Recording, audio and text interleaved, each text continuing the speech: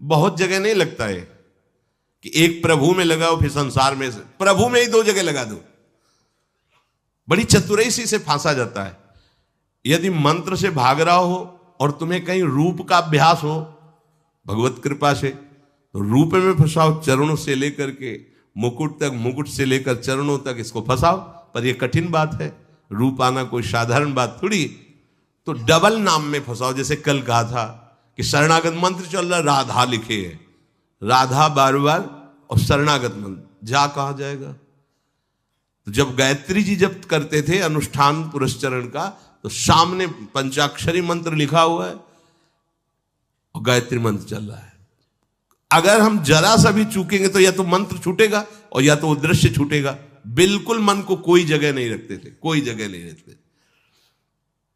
अनन्य चेता, ये बहुत बड़ी सिद्धि, बहुत बड़ा लाभ है कि अन्य कुछ स्मरण ना आवे। इसका अभ्यास आप कर लीजिए, फिर नशा तो ये चढ़ा देगा। ऐसा नशा चढ़ता है, ऐसा लगता है जैसे खोपड़ी घूम रही हो और उसके साथ मंत्र घूम रहा हो। ये ऐसे करो तो पका जैसा दर्द होने लगता है। एक एक नस नाड़ी मंत्राकार। न भोजन की इच्छा है, न किसी के देखने की इच्छा है, इच्छा रहित केवल मंत्र चल रहा है। तदाकार वृत्ति, मंत्राकार वृत्ति। अब इतनी प्रपंच की वृत्तियां फैलाए हो, इतना बहिर्मुख हो, कैसे बात समझोगे अंतर की। अनन्य चेत, भगवान कह रहे मैं सुलभ हूं, सुलभ हूं।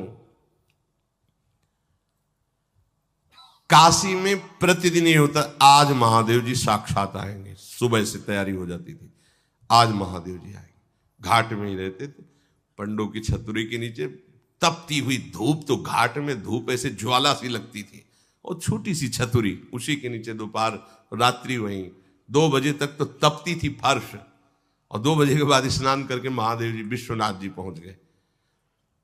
बस रोज आज मिलेंगे, आज तो निश्चित मिलेंगे। एक दिन इतना आनंद था कि आज तो बस आ ही रहे हैं, ऐसा आ ही रहे हैं। जैसी भावना करोगे, जा पर जाकर सत्य स्नेहु, सो तो ही मिले न कुछ संदेह। भयंकर जटाओं का बोझा ऐसे, इतना बड़ा हाथ में त्रिशूल लिए, देखा दोपहर में नग्न पैर से आ गए। अब अपने जो जहां पागल है वही उसको दिखाई दे। साष्टांग दंडवत, मौन, कुछ बोले नहीं उससे। हम तो बस वैसे स्तब्ध, जैसे कोई जड़वत। बाद में विचार आया इसका मतलब क्या था। मैं ही मैं हूं, दूसरा कोई नहीं है। अलग से देखने की भावना मत करो, कण कण में मैं विराजमान हूं। एक दिन भाई जी के प्रति बहुत आकर्षण जब था, तो एक स्वप्न देखा कि स्वप्न में हम भाई जी से पूछ रहे कि मुझे श्री कृष्ण की प्राप्ति कब होगी।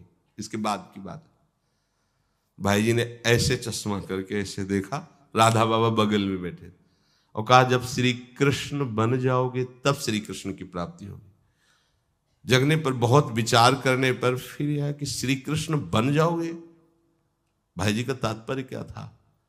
तब समझ में आ गया, मन कृष्णाकार, बुद्धि कृष्णाकार, चित्त कृष्णाकार, अहम कृष्णाकार, तब कृष्ण साक्षात्कार हो गया।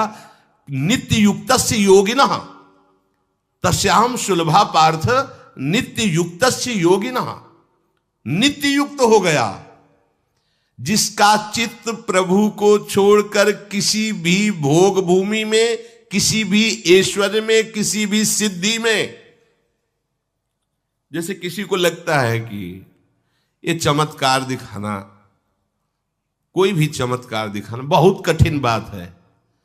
अगर भगवत दर्शन का लक्ष्य ना हो, भगवत प्राप्ति का लक्ष्य ना हो, तो कोई भी चमत्कार ऐसे करने में है कोई बहुत बड़ी बात मत समझ। बस ये है कि इधर अगर स्वीकार किया तो उधर गेट बंद हो जाएगा। इसीलिए पिट जाते हैं, गाली सुन लेते हैं महात्मा जन, लेकिन प्रयोग नहीं करते अपने भजन का, और प्रभु के पास जाते हैं। ऐसा ना समझे ना कि वो चमत्कार पीछे घूमते हैं। केवल बस एक बात है कि अगर इधर लगे तो उधर का गेट बंद हो जाएगा।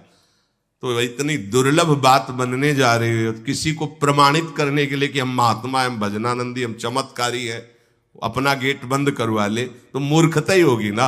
यहां क्या होगा, वाह वाह हो जाएगा बस, उसके आगे क्या होगा, फिर वही प्रपंच। तो ये जो ब्रज के महात्मा है, जो भगवत प्रेमी महात्मा है, जो भगवत प्राप्त करने वाले हैं, इनके अंदर चमत्कार के बाप की सृष्टि होती है। ये चमत्कार बहुत ऊपर होते हैं। ये नहीं सोचना चाहिए कि इनमें भजन होता तो उसने 2 थप्पड़ मारे भस्म कर देते।